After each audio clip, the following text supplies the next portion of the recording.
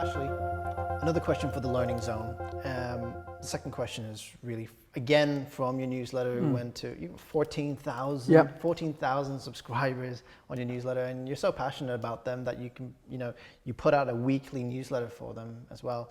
And this question I found particularly interesting. What would you say were the most important skills a dentist should demonstrate in a consultation? Okay.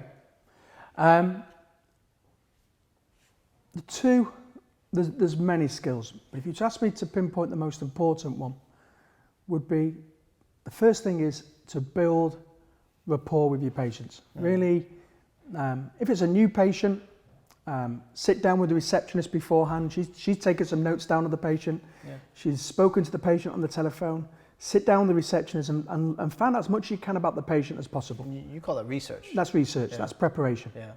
Okay, once you've done that, then you can got some basic information. You've got really platform then to build rapport with your patient. Yeah. And once you've got that rapport, you've got a relationship. Once you've got a relationship, you've got trust. Yeah. That's the key, the most important factor for me. I remember. I mean, you can say rapport, but some people might not have a clue how to structure rapport. Yeah. How do you go about? It's just having a burning desire Right. to be genuinely interested in your client. Now that's a skill. That's a skill, and it's a skill that can be learned. It's a skill that can be developed. Okay. I remember a great story. Recently, it was a dentist who took my program last year. Simon was a dentist in Bournemouth, and he got an inquiry from over the internet. Mm-hmm.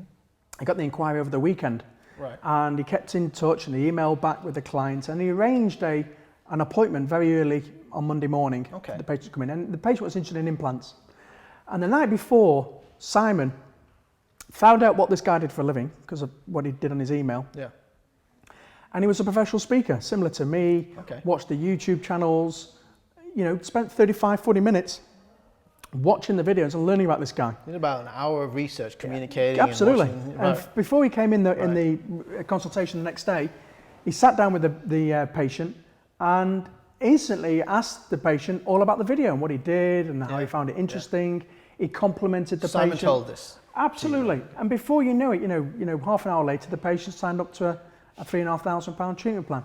So the most important skill you can have is rapport. The second most important skill you can have is a burning desire to be genuinely interested in your patient by asking the right type of questions.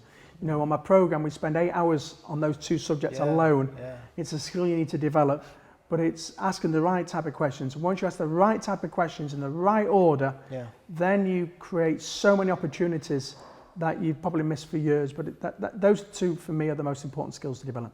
Wow. Thank you.